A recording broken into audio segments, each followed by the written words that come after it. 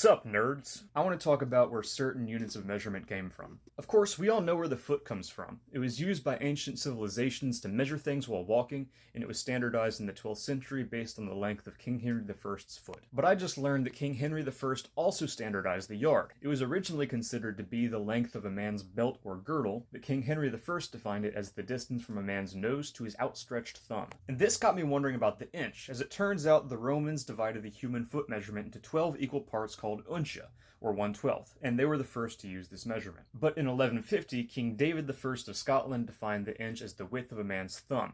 About 200 years later, in 1324, King Edward II of England defined the inch as 3 grains of barley, dry and round, placed end to end lengthwise. How he came up with that one, I have no idea. As it turns out, the Romans also invented the mile, which was standardized by Agrippa in 29 BC.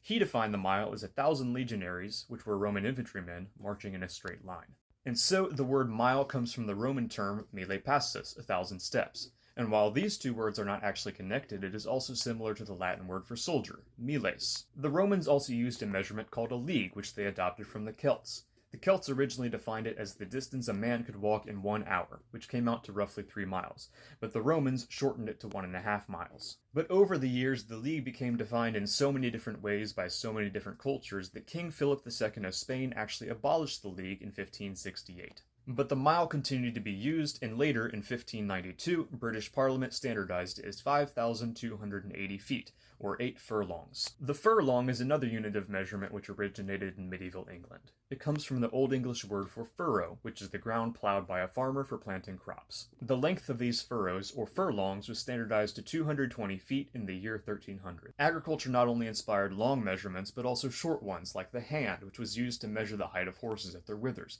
which is the bump at the top of their shoulders. In the Horses Act of 1540, King Henry VIII standardized the hand as 4 inches. He also distinguished it from the hand's breadth, which he standardized at 3 inches. It's easy to take it for granted in the age of standardized measuring devices, but it's fascinating to think that in the days before rulers and tape measures, people had nothing with which to take and record measurements except for their bodies and barleycorns. And though we don't use our bodies to measure things quite as much anymore, I love that there are still traces of the old ways hidden within our modern language. Can't imagine trying to seriously measure something between my nose and my thumb.